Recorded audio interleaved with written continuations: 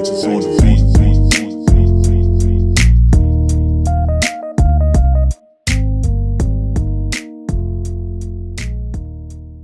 What's good, everyone? It's your boy Nati with another video for the channel. Welcome back to DMVSportsZone. And I'm here with my boy Noah once again, as we are here every single week with these weekly preview videos for the upcoming fantasy week matchups. And yeah, I mean, it's crazy what we're at week 10 right now. Week 10, double digits already. It's crazy. And I'm looking forward to another great fantasy week and another one of these great fantasy videos. But to get started, as we try to get started every single week, Noah, can you give me one fantasy pick you got right from last week? Yeah, so we had a huge dub from last week. DJ Chark of the Jacksonville Jaguars. You know, we made sure to let everyone know on Twitter. It was really funny. A lot of our users put a big leap of faith in us to start DJ Chark, and he rewarded them with an absolute explosion of a game. And I think the best is yet to come, because, you know, Jake Luton was the question mark, a big reason why people were so afraid to even start DJ Chark in the first place. Luton, if you've seen during the game, constantly looks for his outside receiver rather than his slot, which is surprising considering a rookie quarterback. Pretty ballsy from the young kid, but DJ Chark comes out there as a deep threat. Going forward, he will continue to be an elite option in fantasy, especially right now in the playoff crunch. You know, you're going to be facing the teams that has the Devontae Adams, the Julio Jones, and unfortunately, a lot of other receivers have failed pretty epically, unfortunately, for some other teams. You know, names won't be mentioned there, but when you have DJ Chark, you have a sneaky option that you can put in as your wide receiver 2, and he can outperform most wide receiver 1s. So big dub there. Yeah, no, that was a great pick, Mr. Baby Chark himself. But no, that was a great pick there. My pick, in terms of my boom, the one that I got right, wasn't as big of a boom as DJ Chark, but I kind of nailed the Stephon Diggs pick. I thought it wasn't really a hard pick to make, actually, to be fair, because of the fact that he was going up against arguably the worst defense in the NFL right now. He didn't find pay dirt, right? He didn't get into the end zone at all, but he did go for 118 yards on 9 catches. So did give you a pretty good fantasy day, especially if you are in a PPR league. And, you know, it would have been nice for him to be in the end zone, but he's the #1 target on a really good team and is getting absolutely fed by the ascending quarterback in Josh Allen. So I just look for his consistently great production to only continue. And it's crazy, right? Because we talk about this every single week, it seems, Noah, but like in previous years, this guy was always like, he would give you those boom games, but he was super, super inconsistent. Injuries had a lot to do with that, but in general, just super inconsistent, and now he's just balling out every single week. You traded for him last week. Kudos to you, because I was about to in our league, but no, he's balling out. Yeah, no, 12 targets from Josh Allen, especially in a team that does like to run the ball. That is a very good sign. Exactly. Yeah. Stephon Diggs is going to be a top 5 wide receiver for the rest of the season. And it's really interesting to see, you mentioned the inconsistencies they had in the past. You see that a lot with Quentin Jefferson right now. People are really excited about him. Or Justin Jefferson? Or Justin Jefferson. Yeah. Apologies. That's okay. Justin Jefferson has the boom or bust potential, very similar to Stephon Diggs, and it's kind of turning to Thielen. And, you know, the question is that on them, or maybe it's on the QB? Because there was one commonality between the two. There was Kirk Cousins. So yeah. I know that they are leaning towards the run game, but Kirk Cousins does struggle to make throws. He's on the hot seat right now. If the Vikings continue to struggle, I see Kirk Cousins getting bought out. But completely unrelated to the Diggs situation, because now he's free and now he's going to lead quarterback. But interesting to keep in mind. Yeah, no, all I got to say is I told you so, Vikings fans. We told you, Boston football fans, Redskins fans at the time, that you guys were getting an overrated quarterback, and we were right. Moving on, one fantasy pick you got wrong from last week, if any, because 4AI is always on top of things. Yeah, unfortunately, you know, this time I do have to say that we did have a pretty big bust But luckily it was, or unlucky, how you depend on looking at it, it wasn't a miscalculation on our end. It was just an unfortunate injury. It was Justin Jackson of the LA Chargers. You know, the first play of the game, he tweaks his hamstring, tries to come back, couldn't fight through. Also, for a lot of you fantasy fans out there, there was a lot of fake news going around about Justin Jackson. When he came back to the game, he wasn't benched. He just could not fight through his injury and just sat on the bench and sidelines, hurt the rest of the game. That is proven by today. Balaj, despite his strong performance, was sent back to the practice squad in preparation for Jackson to return with hope. And I know people are super concerned about that carousel right now. They are wondering, is this a Philip Lindsay, Melvin Gordon situation? Is this a rotation system where all the running backs can get hurt? But I will say that Justin Jackson is still a trending player for us from a real-world perspective, because most importantly, he is the only running back who gets a significant amount of targets from the backfield. Similar to McKissick from the Washington football team, even if his carries go down, they don't have a pass-catching back outside of Justin Jackson. With the Chargers surprisingly still trying to push for the playoffs, I think, in my opinion, they should tank. But they're still fighting for a playoff spot. They are going to lean heavily towards Jackson. Jackson has one of the strongest schedules for running back to close out the season. So, bust this week, but he'll come back healthy and be a success for your fantasy team very soon. No, that's super unfortunate. First play went down, but that's fantasy in 2020. To be honest, it's been tough to say the least. Nightmare for some teams. Yeah. Yeah. You know. But my pick, so my sleeper, and I'll say this, I'll preface by saying, I don't mean to toot my horn, but usually I'm pretty solid with these picks, and like, I agree. maybe on one pick, I go a little bit too far out there and that player doesn't end up performing as well as we expected. But this week was probably my worst week so far, because of the fact that both my sleeper pick, JaMycal Hasty, and dud pick, AJ Brown, were just absolutely wrong last week.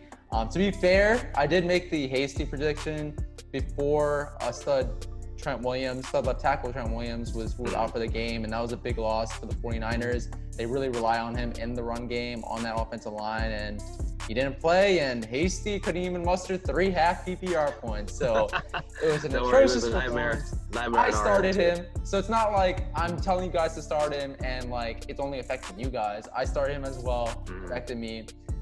Did end up pulling out the W, but it was a close one.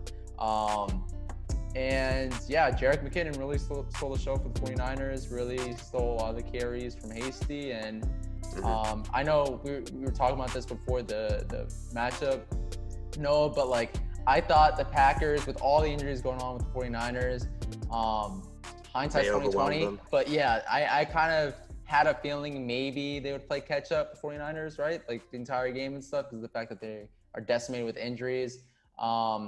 They still usually run the ball. Like if you check their previous games, they still usually run the ball even when they're down big. So this was sort of a surprise, but it is what it is. AJ Brown had an atrocious matchup against Kyle Fuller and top flight Bears defense, but he still balled out for 4 catches for 101 yards and a touchdown. And he's pretty much like DK Metcalf at this point, in the sense that he's matchup proof. No matter what matchup he goes up against, he's just going to ball out. So yeah, those are 2 picks. I'll give you guys 2 picks that I got wrong.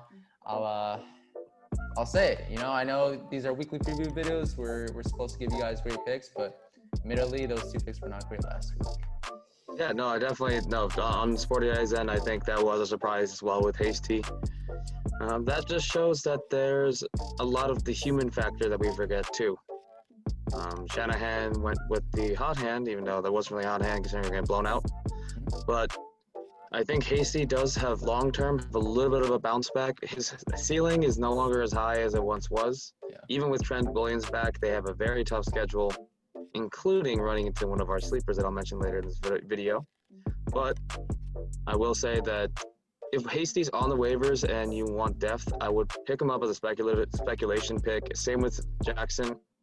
Both those players were dropped in a lot of leagues in all 3 major platforms.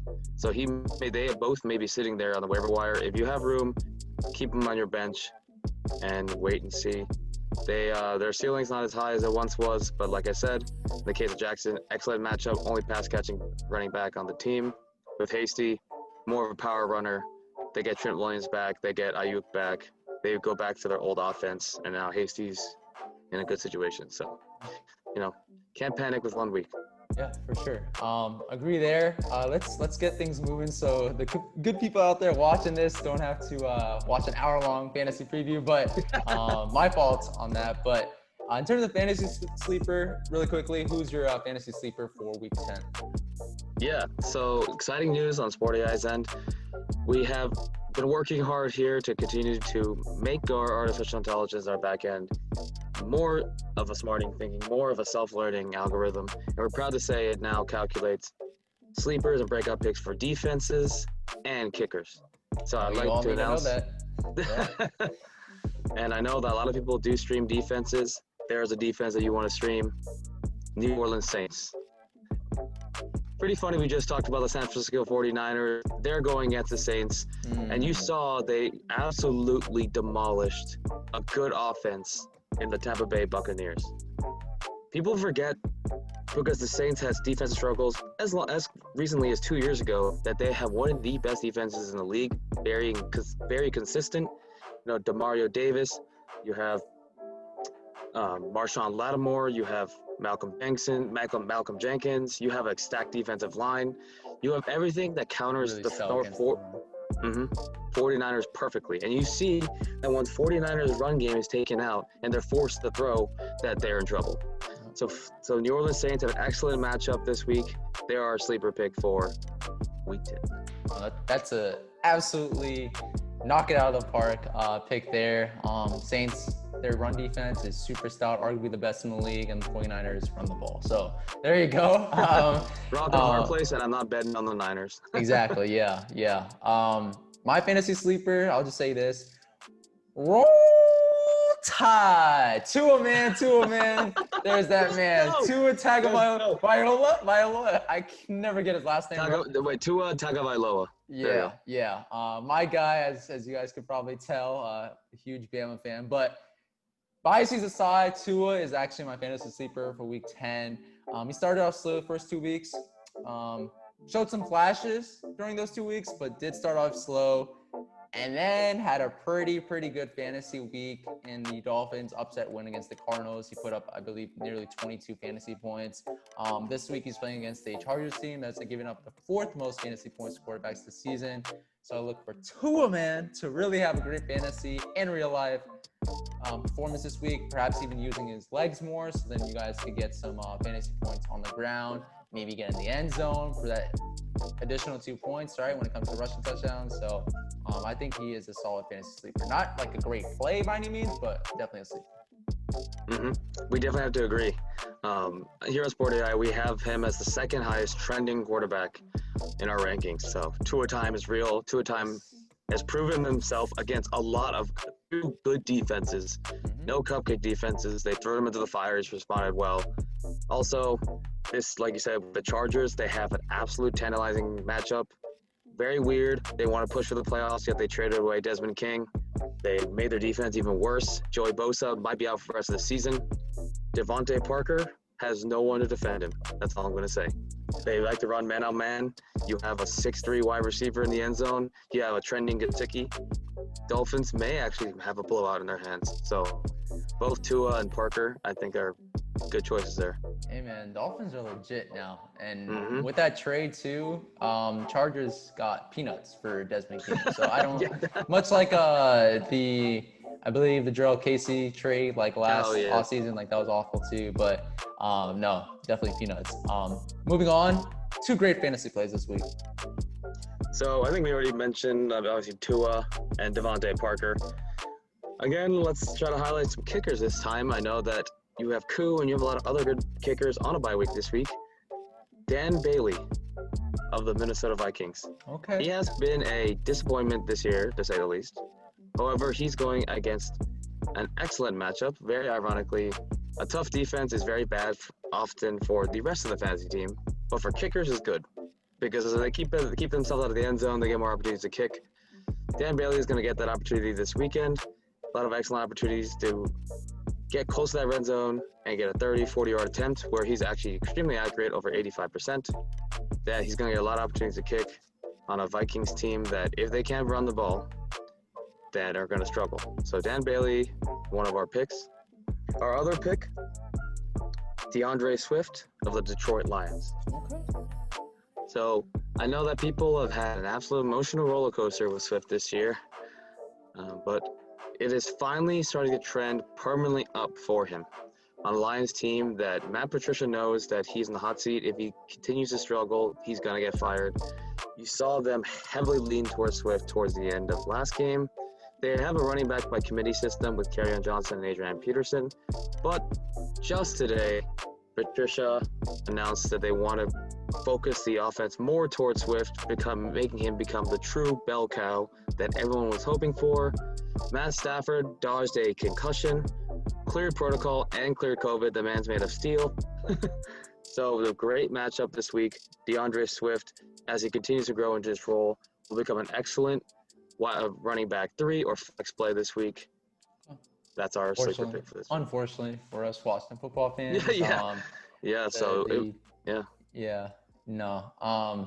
No, we've been giving up a lot of yards on the ground last couple of weeks, surprisingly too, because we were pretty stout earlier in the season. But yep, can't disagree with you there. In terms of my 2 great plays, first and foremost, I'm going with any quarterback that plays against the Seahawks. And this week, that lucky man is Jared Goff, the quarterback for the Rams. Goff struggled right before the bye for sure. He did end up with 2 picks. And I believe he also had a fumble in the game as well against the very stout Dolphins defense. Yep. But this week, much like Josh Allen last week and really most quarterbacks this season, Goff looks to have a big bounce back game against the absolutely putrid Seahawks defense, giving up the most fantasy points quarterbacks this season. So on top of me saying Robert Woods, Cooper Kupp, and others in the past game have great fantasy performances, I really don't know who to choose between Woods and Kupp. I'll probably go with Woods at this point, but I think Goff should get you upwards of 25 fantasy points this week at the quarterback position, which is something you want, right, off the waiver wire if you don't have him on your roster right now. But that's one of the picks. And then my second pick is our guy, the running back for the absolutely putrid Washington football team that gives us freaking stress every single Sunday that we watch them. Hasn't given us anything to cheer for the last 20 plus years. I'm going on a rant right now because I deserve that because the team is trash. Antonio Gibson, the running back for the Washington football team. The only thing keeping Gibson from being my fantasy MVP this week is that I just don't trust Washington's offense, especially with Alex Smith. But Gibson is going to be a special player in this league. I believe that throughout the offseason. Go check the tape. Go check the film, the videos. Yeah, the film. I've been hyping him for a very long time. I think he's going to be an Alvin Kamara type player in no time. I really believe that. I know high praise, but yeah. And last week he didn't have the greatest fantasy days, and I personally actually expected that. We talked about this, like me benching him right before, because I thought the Giants' rush defense is actually very, very stout and have held their own in 2 matchups against Washington. So he didn't have the greatest of matchups. He did end up with 11 half PPR points, which is great to see in a not great matchup. And, you know, especially with the QB change from Kyle Allen to the more conservative Alex Smith, I could see Antonio Gibson and really J.D. McKissic too being leaned on in the run game and even pass game, especially if Washington could keep the game close, and hopefully they can for the sake of us fans. But to top things off, playing against the Lions defense that's given up the 2nd most fantasy points to running backs this season. So fire him up as a great fantasy play this week. Definitely have to agree. I think that with also Alex Smith, you know, incredible comeback story, first of all. But that doesn't change the fact that he is the check down master, as evidenced by McKissick. Evidenced by McKissick, absolutely unreal. 12 targets, 12 receptions, which sounds like it might be bad for Gibson, but actually opens up a lot more lanes for him. We forget both of them actually started out as wide receivers in their career, so they easily can go out into a more of a slot position. Alex Smith loves to throw the medium to short route, so that spots very well. And Alex Smith, recently mentioned by Rivera as a long-term starter. Rest in peace, Haskins. But yeah, so that's a trend up for Gibson. bend up for McKissick. I don't know where that puts McLaurin. McLaurin's got the talent to survive, but Logan Thomas, he was a trending upwards tight end. I don't think no longer will be there. Big part of that is Alex Smith. Yep. Seems to be allergic to tight ends, so that doesn't look good for him. Not in his 49ers days, but not in his Chiefs days, but seemingly only in his Washington days, which is usually how it turns out every single time. But very quickly, 2 disappointing fantasy duds this week. Well, we already mentioned Logan Thomas, so it might be a little bit late for that. However, one that I will say was funny because it was our breakout pick from last week, Josh Jacobs of the Las Vegas Raiders. Yeah. He had a solid game last week, don't get me wrong. However, there are a couple of things trending against him.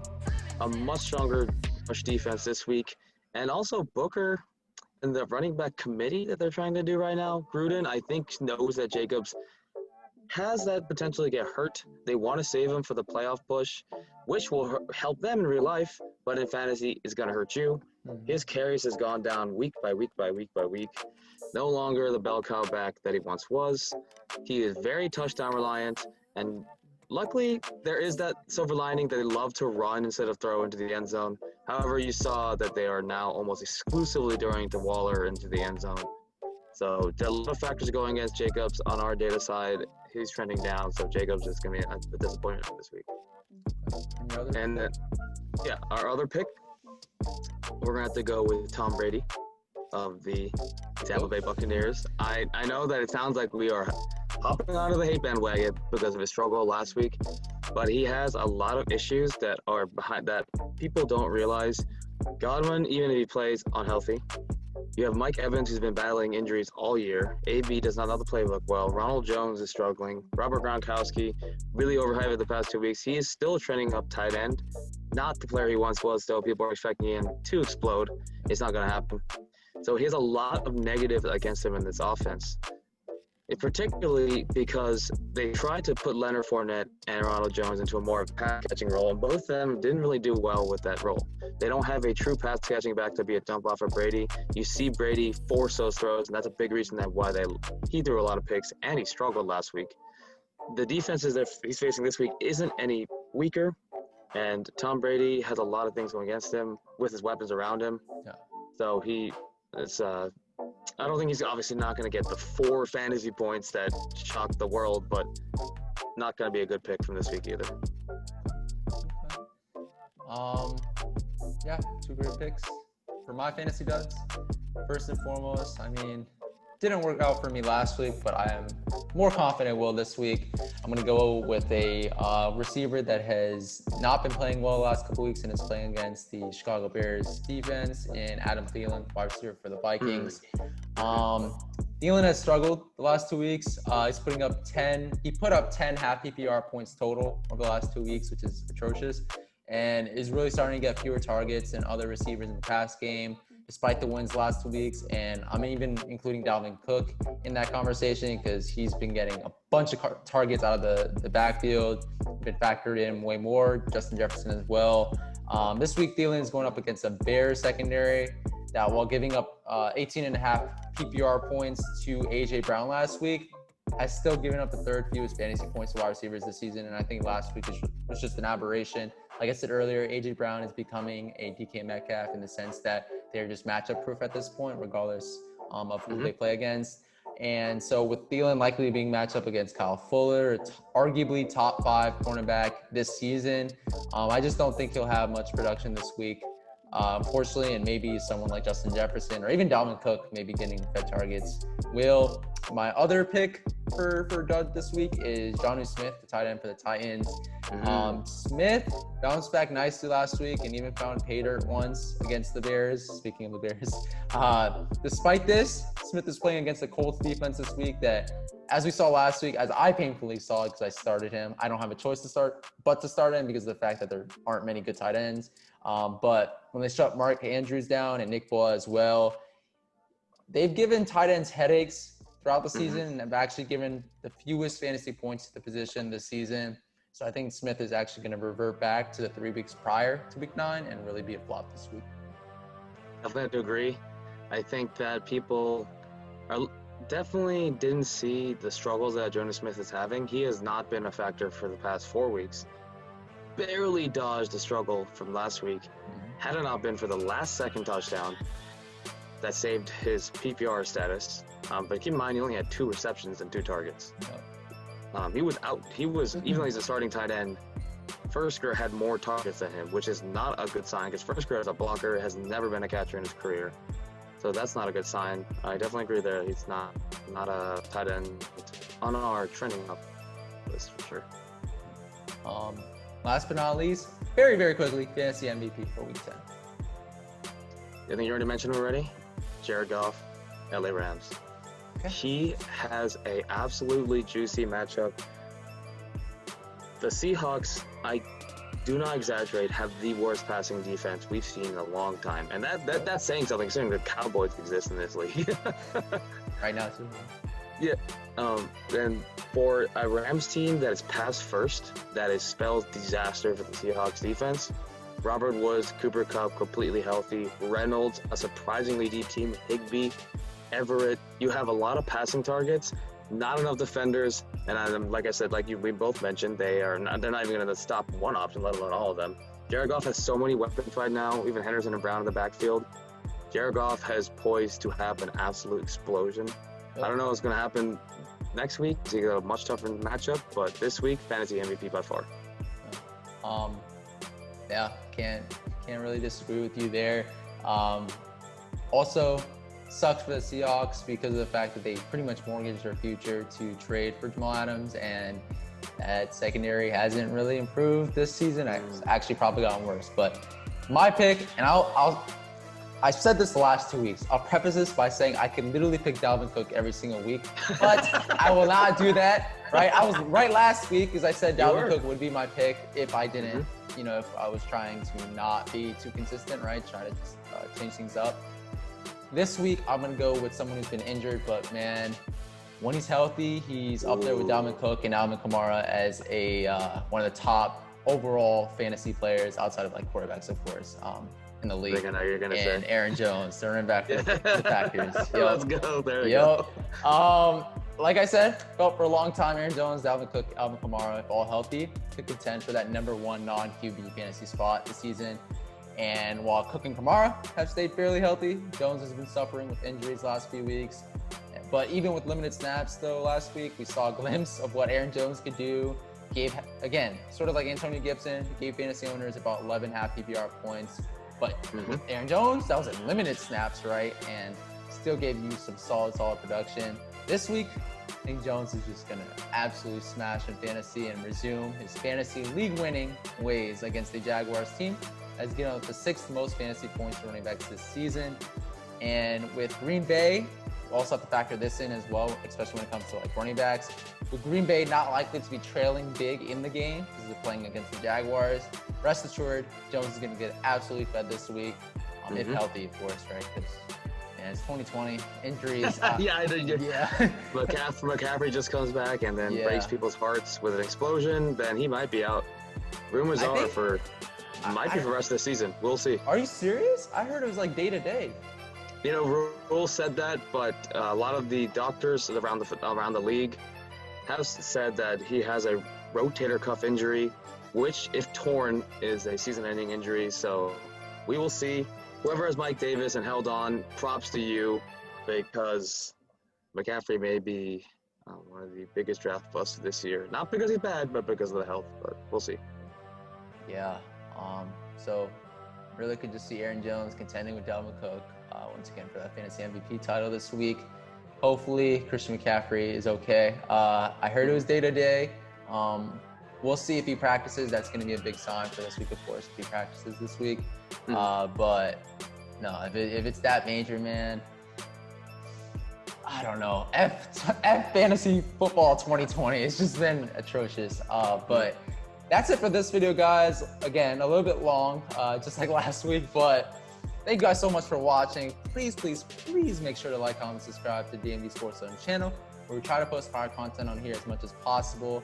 Also, we didn't mention this at the beginning of the video like we usually do, but go subscribe to Sport AI Alerts, and the email will be in the description on the YouTube video. So make sure you guys check that out. It's a great platform. And they've pretty much been on top of things for the entire season. So I know in one of my leagues, I'm just absolutely effed, right? Regardless of fantasy advice. So I already know that, but like in our league, I trust 40i and they've been helping me a lot. So go check them out. And yeah, that's it for this video. We'll probably have a live stream tomorrow night, tomorrow night, if not Thursday night, with a couple of new guests that we didn't have on the first live stream. The first live stream, thanks to you guys, went bonkers and had a lot of views and had a lot of people show up, and appreciate that. Subscriber count going up because of you guys. Appreciate that. Go make sure to subscribe once again. But yeah, that's Subscribe to them. Noah, anything else before we wrap up? Just quick, like Nati mentioned, we've been helping hundreds of other very excited fantasy experts become experts, actually, and continue to win their leagues. We have, from our beta testers, a combined winning record of 148 right now to only 14 losses. The numbers are there, and I'm excited they are. And like I said before, we now have kickers and defense in our sleeper list. So as you guys wait to excitedly test our mobile app and our platform, we have our breakout newsletter. So check us out, and make sure to check out 40i as well as DMVSportsZone. For sure. Yeah, that's it for this video, guys. Thank you guys so much again for watching, and be on the lookout for the next video on the DMV Sports Zone channel. See ya.